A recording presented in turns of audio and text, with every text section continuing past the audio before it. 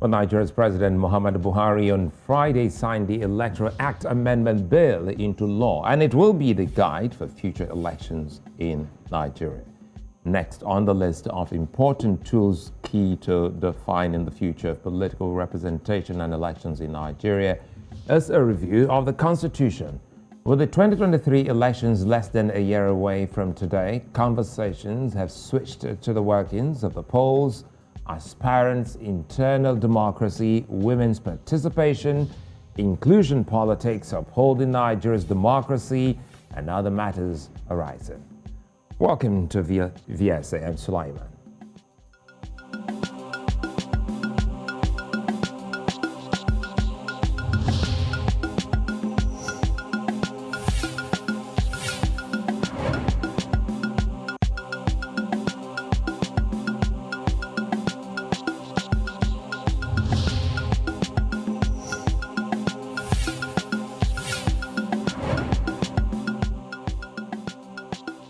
Nigeria's Electoral Act Amendment Bill has been passed and signed into law, with commendations going to Nigeria's President Buhari. The bill, amongst many other things, allows for the electronic transmission of votes and gives parties the power to choose their candidates through direct and indirect primaries and consensus.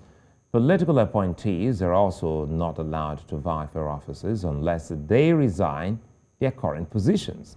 Now, the new electoral law also places a limitation on the amount of money liable to be contributed to a political party. The law also reaches security of electorates and electoral officers, methods of voting, and electoral offenses. Joining me now to help understand this is Dr. Samson R.Osagie, is a legal practitioner and a former lawmaker. Good to see you as always, Dr. Samson R.Osagie. Thanks for your time. Now, quickly here, what do you think about the new electoral law? Because I know you've been waiting for that just as many Nigerians. Yes, thank you very much, Sulaiman. It's been a while, and it's nice to join you on the VSA. Thank you very much. Quite frankly, this Electoral Act Amendment Law Act that has just been passed by the National Assembly and assented to Mr. President had come with so much expectations, and it has also come with a great number of innovations that will make our electoral process to be worth the while at the end of the day. I heard you try to itemize a few of the new innovations that was brought about by this Electoral Act. And don't also forget that the very basis for ensuring the legitimacy of any government is for the outcome of elections to be generally acceptable as free, fair, and less controversial in terms of its credibility. Now, the delay in the signing of the electoral law notwithstanding is already the law. Of course, you are aware that Mr. President did sign the Electoral Act with some protestation or with some reservation about particularly section 84, subsection 12 of the Act, on the ground that it tends to contradict the Constitution. Although, with the greatest respect, I disagree with him. He has signed the law, that's good enough. And the Electoral Act, that is the law as it is today, unless the National Assembly sees tomorrow to want to amend it. And I do not see the National Assembly doing that at the moment. We must thank Mr. President for doing this, and this will impact very positively on the 2023 elections and going forward on future elections. Maybe in due course, we can look at some of the areas. I have itemized 10 areas that are quite unique in this Electoral Act. First, no doubt, we'll let you do that because we can't have you here and not look at all of those. But again, would you say you've already said that there's a particular aspect you don't agree with the president, but that means that we haven't actually captured all the important details that will involve an election, isn't it? This is a significant milestone. This act is a significant milestone arising from our experiences in the previous elections that we have done. We have had Electoral Act 2006, Electoral Act 2010, Electoral Act 2015, and this Electoral Act. But in a most significant way, a lot of issues have been brought in now which were not there before. And that is what makes this quite unique in a way. And I said that I did not agree with Mr. President because the provision of the law that he had reservation about, which has to do with the fact that political appointees are not expected to be delegates, the automatic delegates at party primaries, or expected to be in office and be contesting for office, is to ensure that political parties are governed in a manner that. Well, there seems to be a glitch to that connection to Dr. Osagie. I hope we can get him back in a bit. The former lawmaker has, I see you're back. Apologies, I think we lost you for a bit there, Dr. Osagie. Yeah, thank you. I'm back. So I was trying to say that the part that Mr. President said he wasn't comfortable with and urged the National Assembly to rework has to do with Section 84, subsection 12, which says that no political appointee shall be voted for or be a candidate in any party convention or congress. It is to respect the constitutions of the various political parties, which forbids those who are holding political offices. Well, I think we have the glitch again, and it's a bad network day. But today the conversation hovers around the Electoral Act, which Nigeria's President Muhammadu Buhari has just signed, and being a lawyer, a legal practitioner, and a former lawmaker, Dr. Osagie is helping to make better understanding of the new electoral law. And, he's also been able to tell us some of the key things, and he said specifically he's been able to itemize about 10. I see you're back again, Dr. Osagie. Yes, I'm with you. Yes. I'm right here with you. All right, let's go ahead then. Yes. First, one of the unique points that has been made by this act, by this electoral act, is the fact that by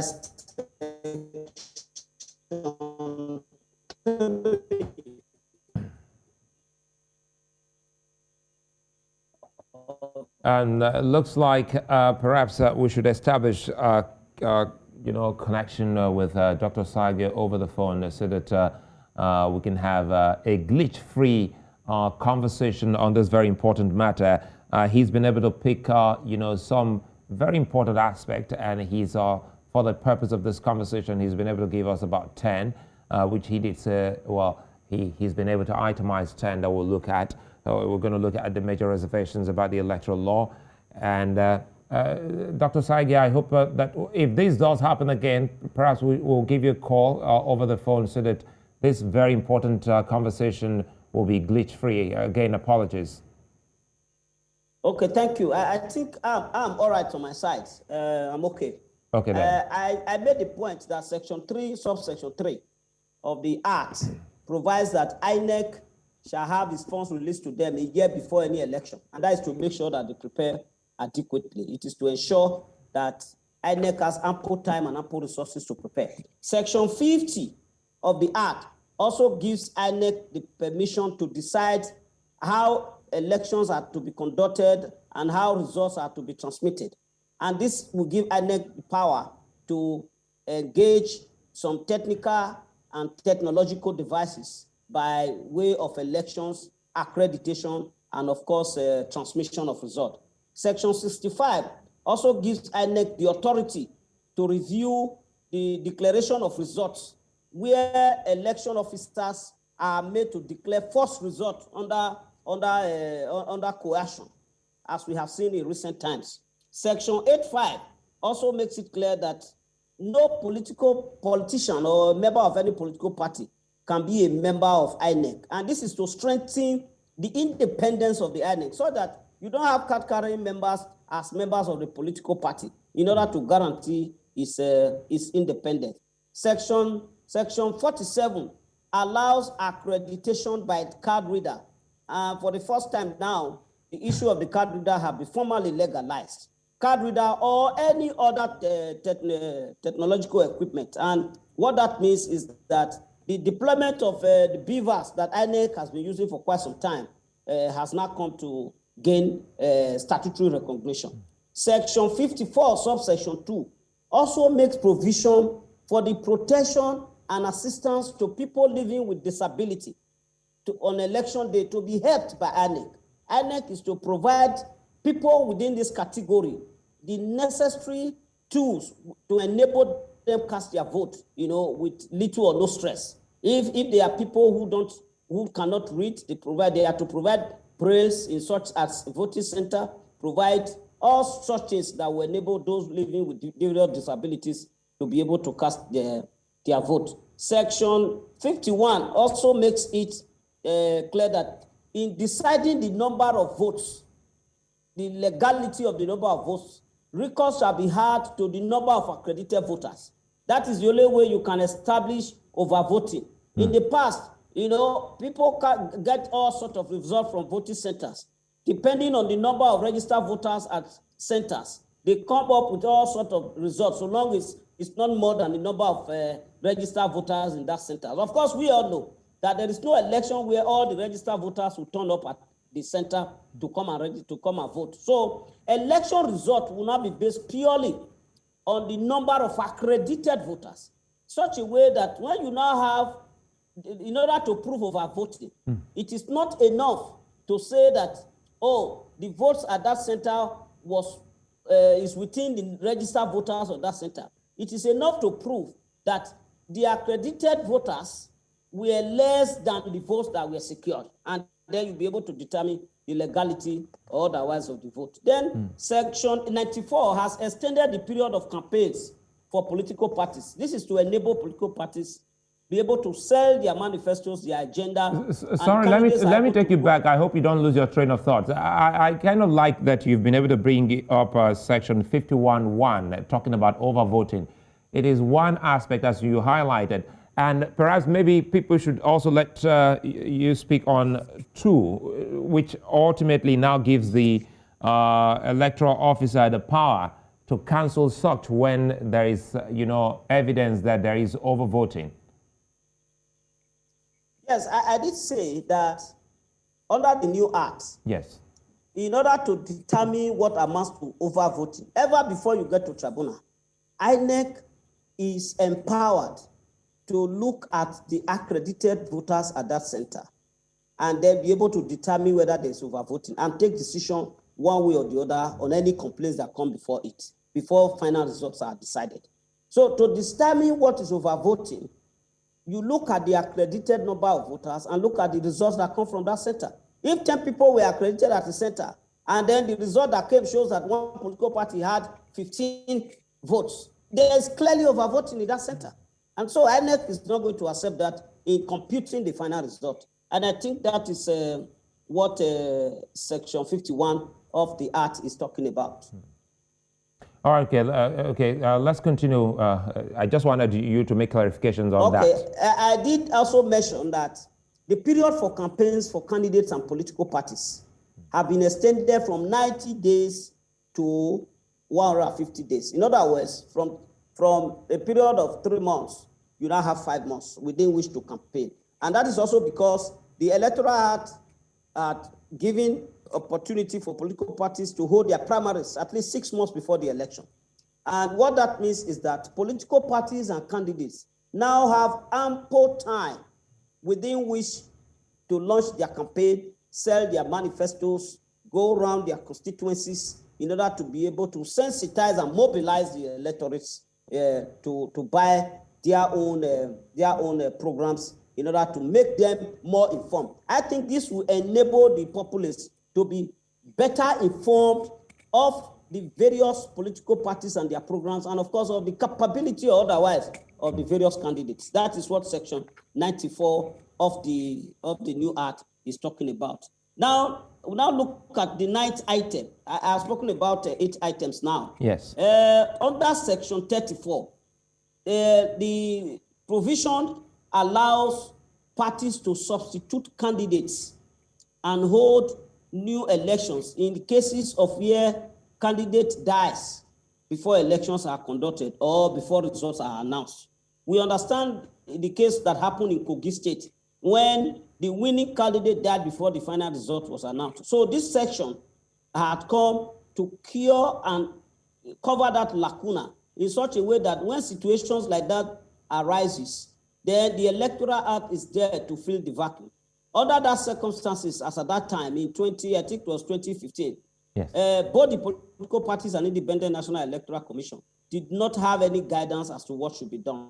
So under Section 34 of the new Act, the substitution of candidates by political parties have been guaranteed through fresh elections, especially in case of legislative elections, where candidate dies before elections.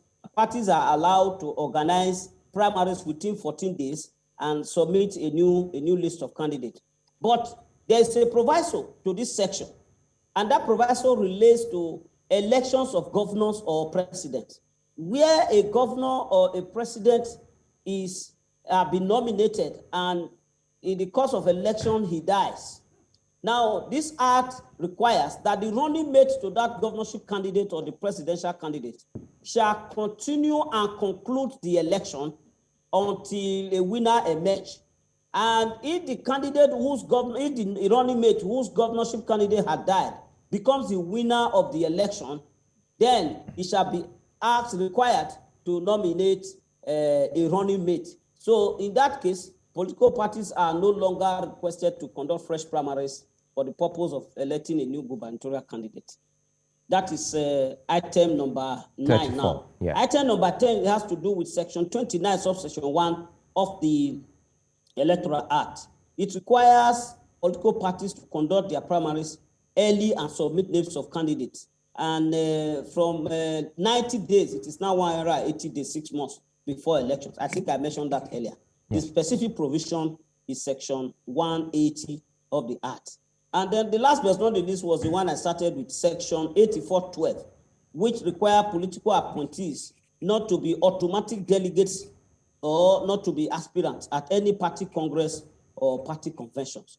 Now, I know there are more, but the uniqueness of this Electoral Amendment Act of 2022 is born out of the fact that it is the result of the anomalies that have been witnessed in previous elections. We are 23 years old into this democratic transition, and you understand that when they say experience is the best teacher, all these are being put together in order to plug loopholes that have been observed both by the political parties, the Independent National Electoral Commission, and of course, all political gladiators within the system, the civil society. And I think that the most important thing at the end of the day, this law haven't come into effect, is that there must be a demonstrable attitude by the political actors to play by the rules. And that is where the Independent National Electoral Commission needs to exercise its powers of ensuring that it is not only seen to be neutral in the conduct of elections, it should be seen to be just and fair in taking any step and applying any method, any of the provisions, in applying and implementing any of the provisions of the law. And I think this is important in order for us to have opportunity where government is elected with a higher degree of acceptability and legitimacy, and reflective of the yearnings and aspirations. No doubt, Dr. Osagie, listening to you, no doubt, now that you've been able to sum it all together by saying that this is, as a result, is a combination of our experiences as a nation, from our journey since especially 1999 till date. So is it safe to now say that the new electoral law is exactly what Nigeria needs? And perhaps for the 2023 election, should we also say INEC is ready to go?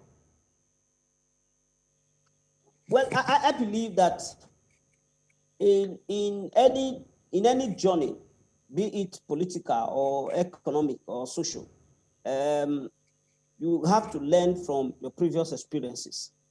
Of course, we all know that the bane of our electoral system has been the fact that it has been less credible and acceptable and fair to all the parties.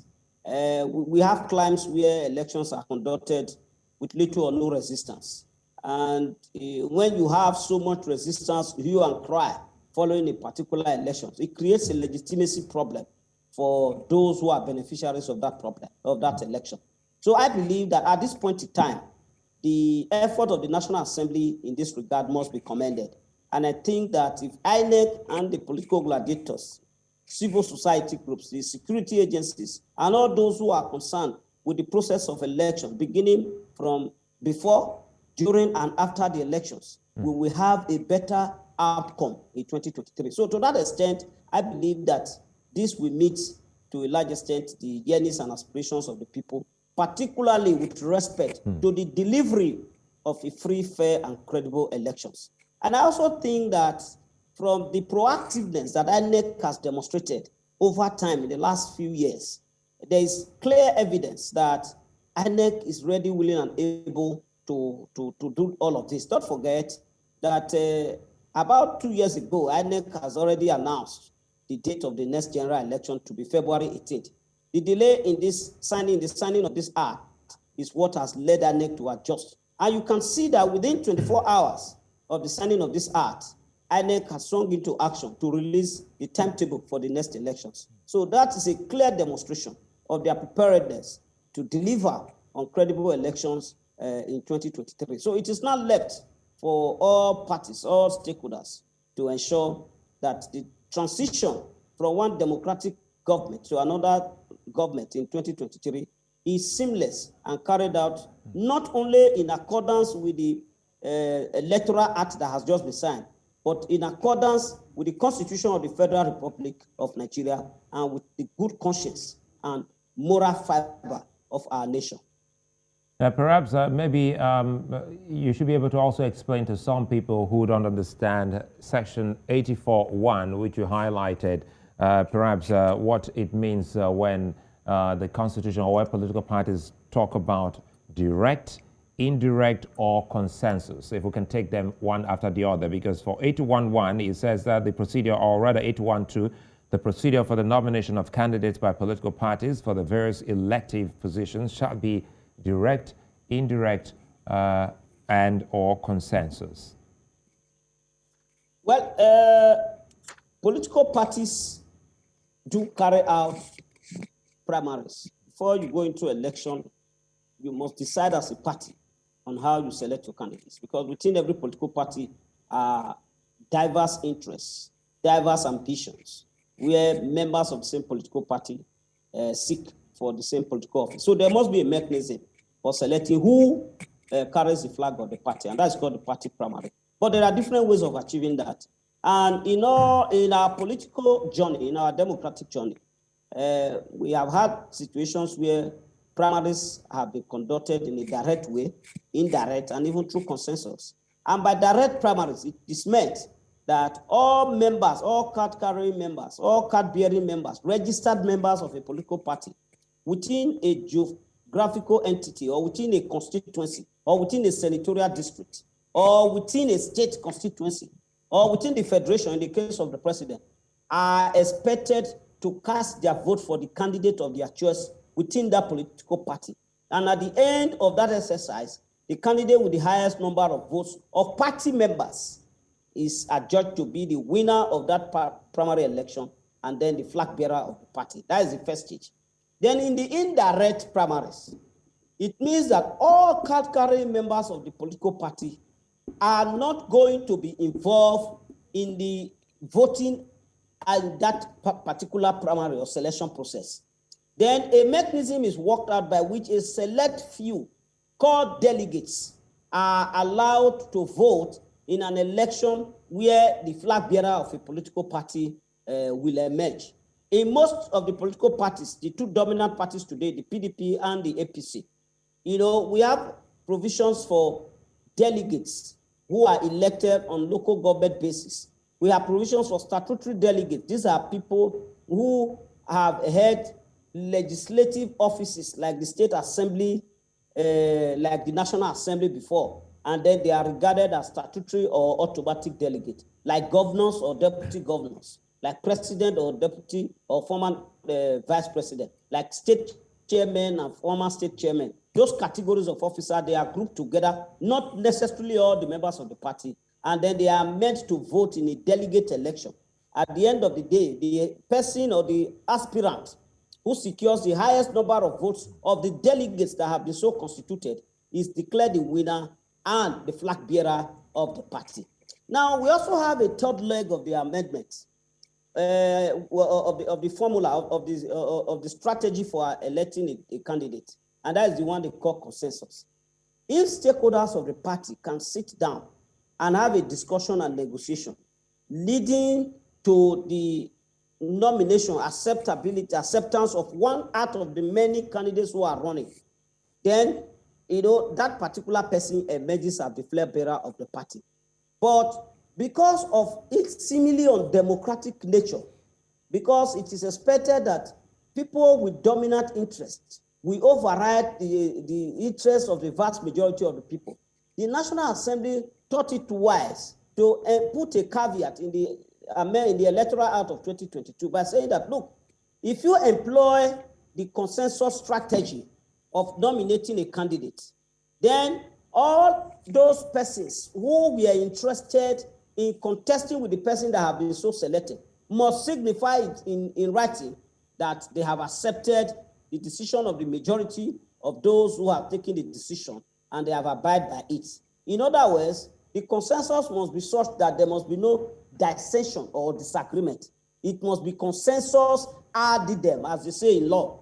Consensus ad idem, in which case there is a meeting of the mind of all the stakeholders in such a way that there is no dissension in any way, and those who also have shown interest in that same position are not unjustly shut out of the contest. Otherwise, if you cannot achieve that regime of having a full consensus without dissension, you either employ the direct or indirect primary in order that people might be given opportunity to vote and the winner is declared. Now, what does this signify for the political system? It shows that political parties have the liberty to decide, have the freedom to decide what formula to adopt. Neither INEC nor the government in power is going to determine for the political party what method to use. Whatever method that is adopted out of this three, so long as it is in accordance with the precepts and the law as has been made in the Electoral Act, it is going to be acceptable and the nomination will be regarded as valid. Anything short of that will mean that it can be challenged on the grounds of non-compliance with the Electoral Act. Now, help us speak to the section, I really can't remember, but I know the provision now, where it says that if you want to run for an election and you're already serving or you have an appointment, you must resign. I think the way it is put in section 84, subsection 1 and 2, it did not expressly require resignation. It only says that if you are an appointee of government, yes, and you wish to, you cannot vote in a convention or in a congress, and you cannot be voted for. The implication of that is this: if you are an appointee of government and you want to vote in a congress, or you want to be voted for in a congress, what that means is that you have to resign first. The law is not saying in section 84, subsection 2, that you must resign, but it is saying that the conditions under which the condition under which you cannot be voted for, you can vote, then you cannot also vote, is that you must not be a political appointee. So if you are a political appointee and you don't want to be caught up with section 84, subsection 2, your best bet is to resign so that you will be qualified to participate in the party congress or convention. So, and the way you have highlighted this, because some of the messages here, they're saying that it looks so clear. So as a lawyer and as a lawmaker, would you say the electoral law is clear enough for any legal interpretation? I think it's very clear, but the court has the responsibility of interpreting the law. At the end of the day, there's no perfect law anywhere in the world. There's no legislation that is foolproof until they are subjected to the litmus test of judicial adjudication. You cannot tell what interpretations, given circumstances, the facts and circumstances of every particular case. Don't forget that when you challenge a process that has been regulated by law, the facts and the circumstances leading to that challenge will also determine whether they fall within the ambit or outside the ambit of the law. But as a lawyer and as a political gladiator, I understand clearly that these provisions in this law are quite clear. I mean, if they were sound, they are audible to the deaf. And as they are very clear even to the blind. And I think that those who criticize this provision as being contradictory of the provision of the Constitution and discriminatory do not understand the mischief that is sought to cure. We have states today where governors appoint hundreds of thousands of aides. And now we will not like a situation, nobody will like a situation where only the candidate of the governor is able to survive in an election, simply because all his aides are going to vote for him anyway, because they are on the payroll of government.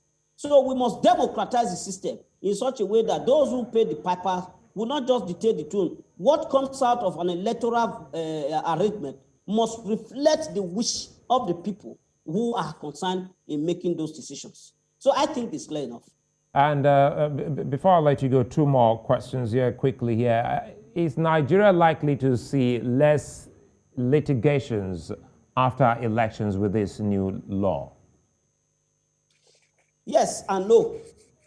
Yes, because I believe that if the provisions of this law are kept to, I mean, strictly speaking, we are likely going to have less litigation, in which case those who are going to keep to the letters and spirits of this law will accept it as the compass for our electoral journey and for the good of the country. Those who are not going to accept will, in any case, continue to indulge and engage in unwholesome electoral practices. And they will not stop at that, but continue with litigation in order to ensure that they get what they want out of court for what they cannot get on the field. So it's a yes and no. So it is for INEC and the political parties to understand that the political contest is not meant to bring the society to its knees. It's meant to elect a leadership that runs the affairs of the society of the state for a duration of time before, again, another opportunity for election can come.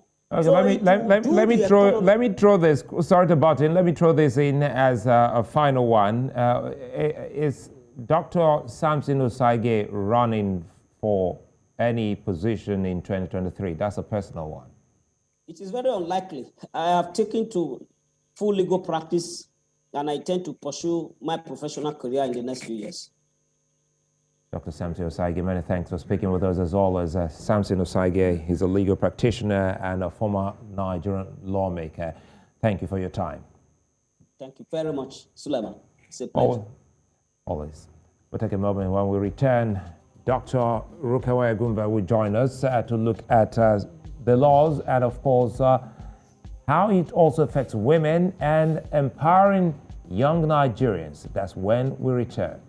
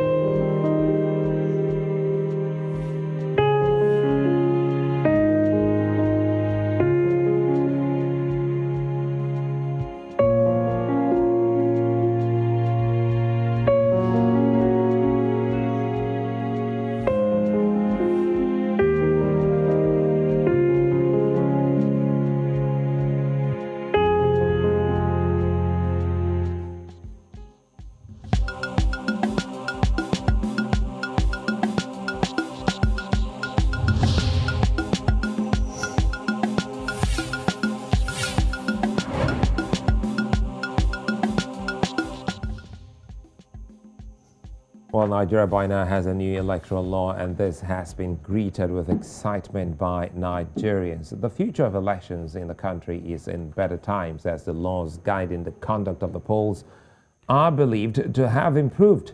What's next on the minds of many is a review of the 1999 Constitution.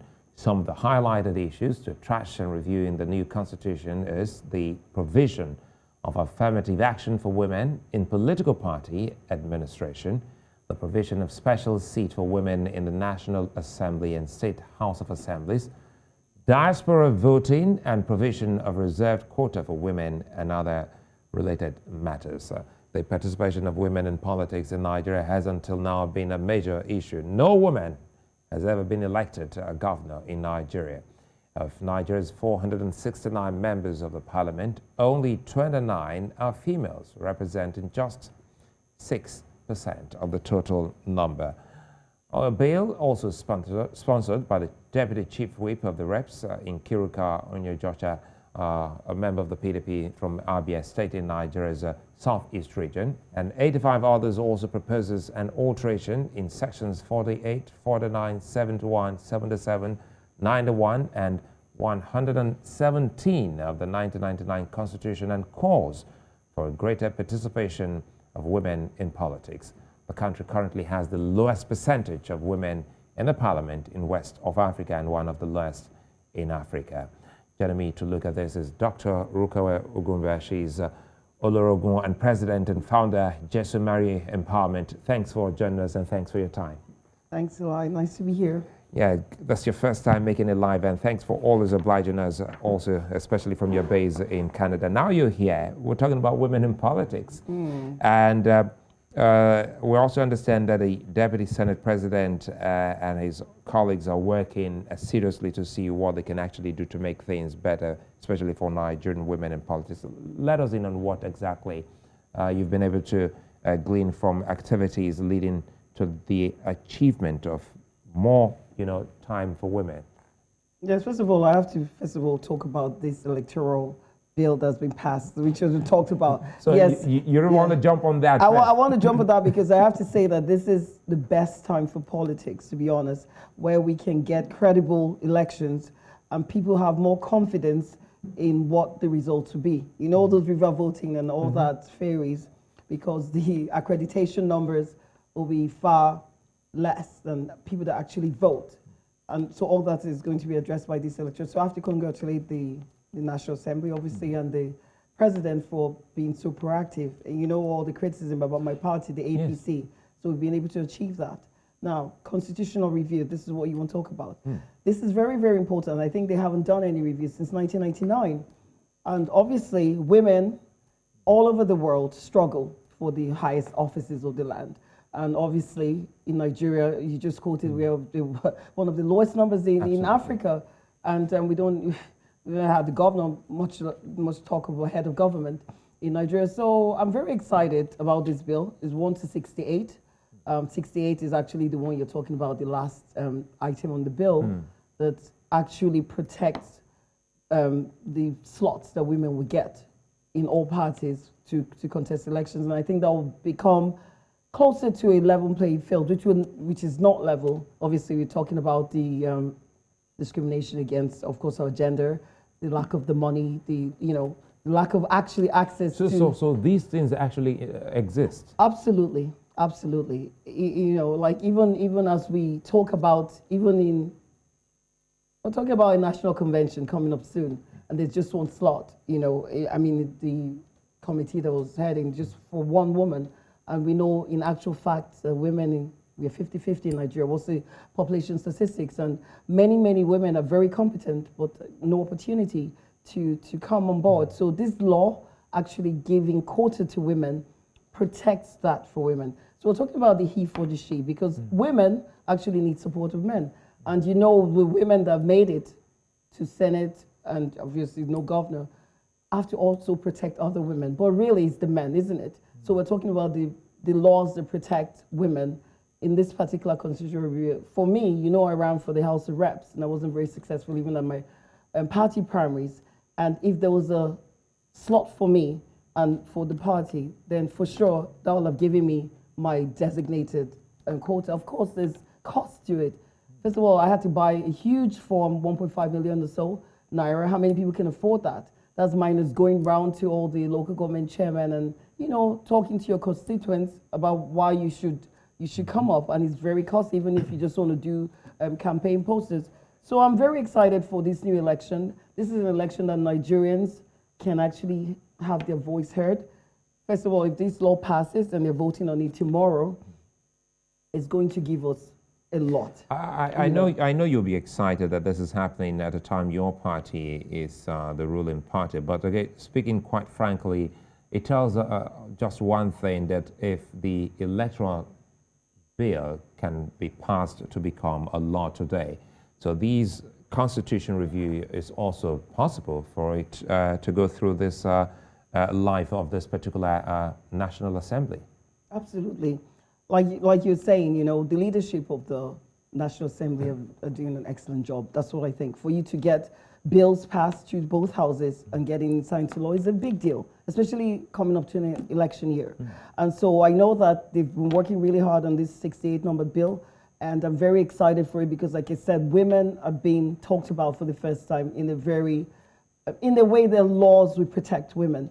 We know there's lots of competent women, like I said, for one reason or the other. I'm from Ugwumba North, local government. And even in Delta State. In Delta State. And even at the time I ran, any party, no woman had actually collected the form to run for the House of Reps because of the challenges and nobody throws you up. Talked about it, but nobody actually purchased the form. Even though I wasn't successful, that was a big deal at the time. And so people like us who come from diaspora, obviously, again, why I'm excited about the diaspora voting, because we know that economy of Nigeria is sustained by diasporans. You know how much money comes in every month by Western Union and the other channels, even people just bringing cash in. And so these people get a right to say what's going on, no longer Facebook talk. Their talk can actually translate to votes, I think is very critical. And of course, being believed that the results will, as you get the results, is going to be transmitted, is a very good incentive for Nigerians to know that no longer with the governors who have big money will manipulate INEC or, you know, things like that, because, you know, there's lots of compromise all along the way when things are not done as they should be done. So again, talking about what we're doing, we want everyone to key into this election. We know that Mr. President is very serious about leaving a very strong democracy, where manipulation of the process is very limited, and the time limit to when you get results actually reduces what can happen. Because from carrying paper from here to there, you'll be amazed how even in Canada, where we do elections in Canada, we have a lot of money for security of the vote, actually, just to make sure that it's properly done and there's nothing that will happen when you vote until when you get the results.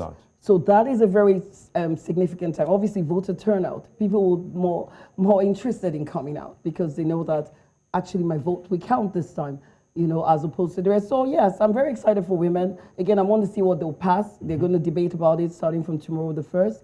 And I know that... from March 1st? From March 1st. And hopefully they will get it done March 1st. And this is not people sitting there. Some of the votes require 2/3 of the actual members to vote, some 4/5 of the actual members to vote. So if they're not there, the votes can pass. So everyone needs to actually show up tomorrow, everybody who's been elected. So if your if your senator is not there, you know, you have to ask them what they're doing, because this is the most important work honestly, they have to do I this think year. it's historic, and the good thing is that we're having this conversation, you know, on the eve of when this conversation will be taking place in the National Assembly. Inclusion is very important here. And listening to you, we're getting to understand the importance of inclusion, which is an aspect of national politics. But now, how can Parliament especially further improve on the quota of women in cabinets? Now, away from seeking election, how can the Parliament help to see more women, you know, get appointments? Politics is local, right? Starting from your local governments, from the grassroots. You have to encourage women, okay? From confidence. You know, if you have no money, you can't show up. Like I told you how much the forms cost for House of Reps. 3 million for males, 1.5 million for females is still a lot of money. People can afford that. So strengthening economics of the women, making sure women have not just elected but appointed positions. You know that once a woman is appointed, you know she's going to do the job, right? And women are generally more, how will I say, accessible than men in general, even in the home. And so how does the party translate this to actual numbers? It's starting from, actually from the beginning. I've now jumped into the anti-sexual harassment bill. That again, oh, that's very important. Yes, the DSP has already championed that. That's now, a Deputy Senate President. yes, Senator Oviamo. Sorry, I'm breaking breaking these acronyms down because of our viewers who watch outside Nigeria. Yes, right. So, properly educated woman is the woman that has economic viability. And as you know, you've seen all the stints on YouTube and how lecturers sexually harass the girls.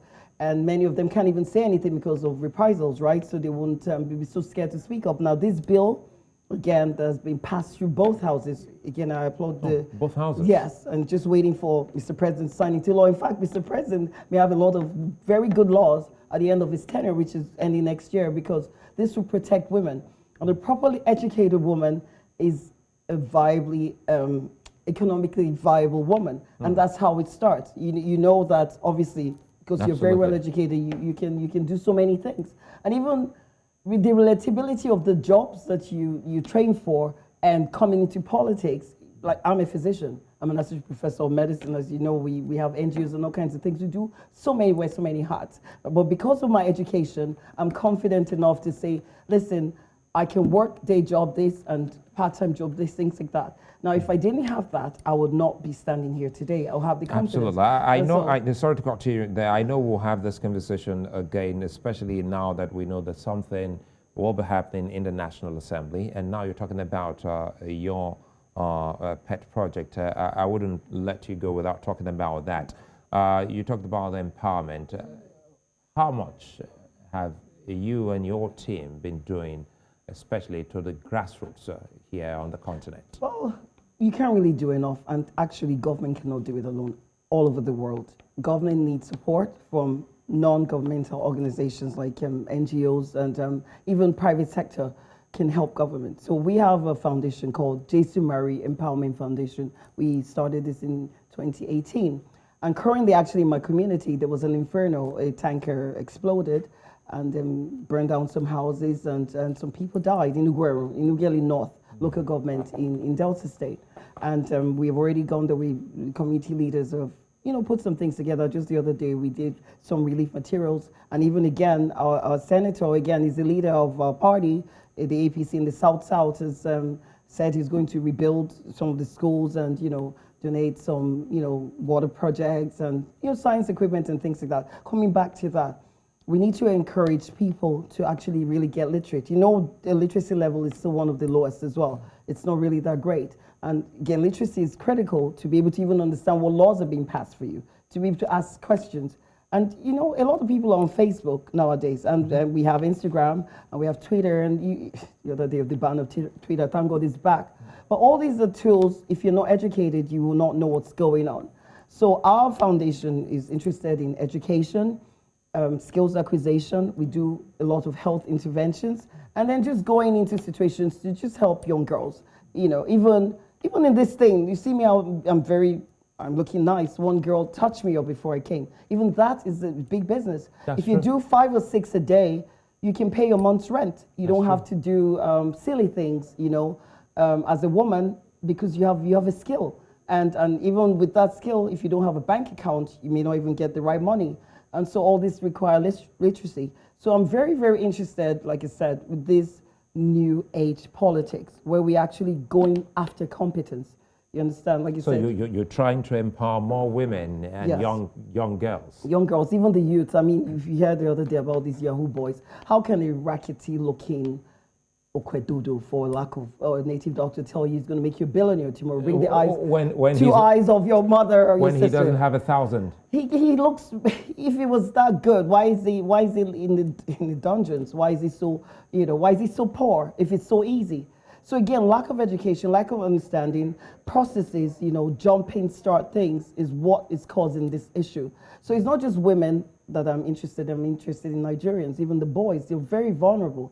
In fact, the other day I was reading on Facebook, watch out, the girls are coming after you. So girls are trying they're trying to defend themselves, and that's not a good thing, really, because the boys should be protecting the girls. We look after each other. Absolutely. And so this whole, like I said, I'm very interested in competence. Now that we're going into this election that seems to be backed by lots of very good laws, I want people to come out. I want young people to come out. I want people to vote. Get your PVC. There's really no excuse for that this time. Get your PVC knowing that your vote will count. Hold your people accountable, like I said, starting from the people you elected now, even though we didn't have a perfect election last time. It's amazing. Make sure count the people that are not going to be there. They'll be absent. It's going to be, like I said, 4/5 of the people elected, not people present, for certain of those laws that are so important that number of people have to show up, and even some laws 2/3. Well, you tried before, and will you be trying again? Are you running? Very interesting question. It's never good to be on the losing side, okay? Like you said, my state is historically a PDP state. You knew me when I was in Delta State as a special advisor. I was in PDP. Unfortunately, things happened and I moved over. And I'm very comfortable where I am now, let's just say. So I won't be doing this on my own, okay? I'm still consulting with the leadership, seeing what the best role for me is, but I'm definitely offering myself because I know I'm very competent, I'm interested. And like I said, whether I'm going to run for office, there's still some days ahead to decide. And you just said your state, Delta State as a PDP state. Do you think we're likely to see a switch over to... Well, that's a very tricky question, but I'll say yes. I'll say yes. So you think the reason I say so because when PDP had 8 years of government, nobody gave the APC a chance, right? So from a president, he lost his election. So it's very possible that if you're not performing as well as you should, or there's implosion in the party, we hear all kinds of stories, it would just pave the way for us to come. And I'm very sure of our thing. And if we're talking about rotation, it's coming to my side, right? Urobo, right? Oh, really? Yes. I think that's a conversation for another day. I think we have to bring Dr. Rukevwe back. No, really, we have to bring you back so that we can talk more about state politics. But for today, I think we're almost out of time. But it's an exciting moment we've had with you here. We need to talk more about women in politics. We need to talk about the outcome of tomorrow's conversation in the parliament, and also talk about Delta State politics that's in southern Nigeria. So thank you for your time, Dr. Rukevwe Ugwumba. She's Olorogun President, founder, Jesu Mary Empowerment Foundation. And that's it today on the program here on Village Square Africa. Keep in mind the conversations are ongoing on social media, and let us know your views. I'm Sulaiman. Bye-bye.